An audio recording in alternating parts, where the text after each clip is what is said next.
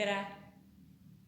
Mina olen Merike ja tänastes õmblusjuttudes tahan ma teile tutvustada sellist lapitöötehnikat nagu hull lapitöö, crazy patchwork.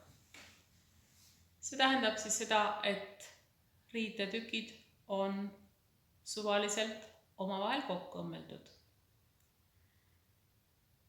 Me oleme endiselt siin koroona ajas ja karantiinis, aga nüüd on juba kohale jõudnud veebruarikuu ja seekord ma mõtlesin oma sõpru, tuttavaid, koguduse liikmeid ja palju teisi, kes vajavad tähelepanu, üllatada selliste väikeste südametega.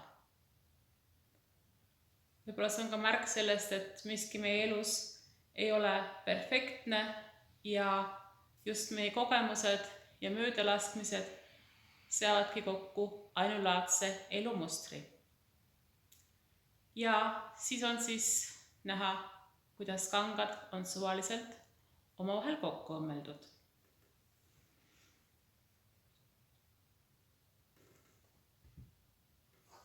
Esmalt valisin välja kõik võimalikud riidelapid, mis siia värvigammasse sobivad. Need on vaja esmalt triikida ja siis sobivateks ribadeks lõigata risti-rästi, nagu parasjagu sobib ja meeldib. Ja šablooniks olen kasutanud sellist piparkoogivormi, sellega on väga hea joonistada. See on selline väga mõnus käepärane mõõt. Ja sellest piparkoogivormist siis tegin ka sellise pappšablooni. Aga nüüd kõigepealt triikima. Sain need kangad kõik triigitud ja lõigatud ja mängisin ka oma lemmikmängu ja sobitasin need kangad vastavalt oma soovile kokku. Nüüd on kõik see hunnik siin valmis pandud ja nüüd hakkan õmblema. Ikka 2 lappi omavahel kokku.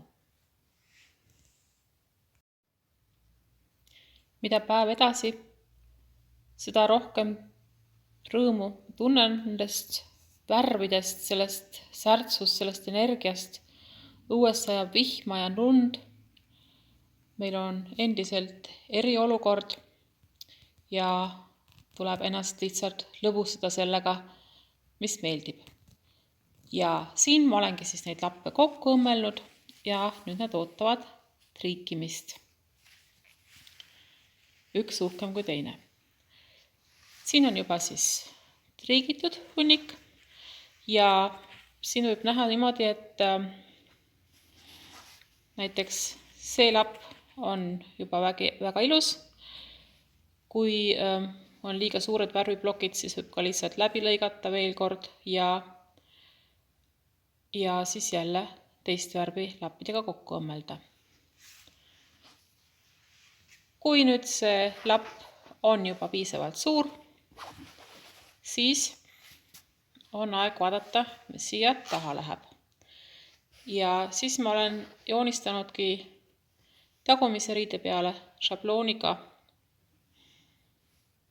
piirjooned ja siis ma kinnitan selle tagumise riide siia peale ja õmblen kinni. Õmblusvaru on umbes 0,5 sentimeetrit ja ühe sirge külje peale jätan ümberpööramiseks ava, mingi 2 või 3 sentimeetrit.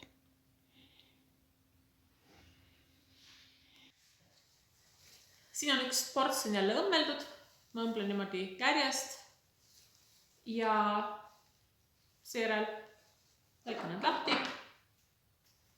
sak-sak ja siis lõikan oma südame välja.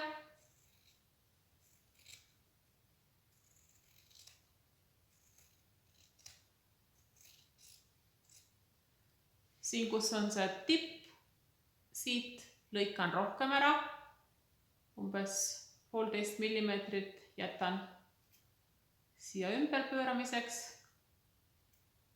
ja siin, kus on üleval see sälk, selle lõikan ka sisse ja jätan ka 2 millimeetrit või 1,5 õmblusvaru. Siin on see pööramisava, selle koha pealt püüan jätta pisut rohkem kangast. Ja nüüd lõikangi kõik südamed korralikult välja. Ja seejärel pööran need ümber.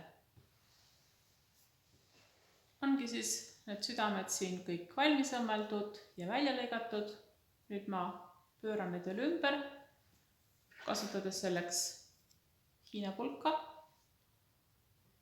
ja seejärel täidan oma südamekesed vatiga või lambavillaga või muu täitematerjaliga.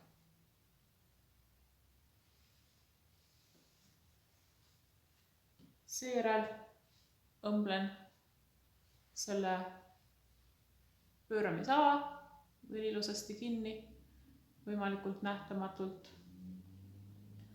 Ja minu tööd kroonib siis selline pärlirida,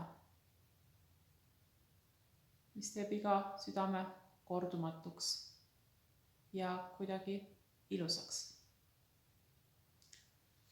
Mul on kavas neid südameid ju kinkida ja selleks mul on ka selline läbipaistev kilepakend. Tulevikus ma tahaksin ka mõelda, kuidas seda pakkida ilma kileta, aga praegu mul on need kotid lihtsalt olemas ja sellepärast ma kasutan need ära. Ja siin taga on selline sobiv sõnum. Sel aastal on meil evangeelses kirikus aasta loosungiks olge armulised, nagu ka teie taevane isa on armuline. Ja minu arvates on see üks väga ilus sõnum, mis meid läbi selle aasta saadab. Kui teil on nüüd selline tunne, et hei Merka, ma tahan ka sellist südant, siis võite mulle lihtsalt kirjutada ja siis vahetame aadressid ja ma panen selle teie poole posti. Rõõmsate kohtumisteni, olge rõõmsad, olge armulised!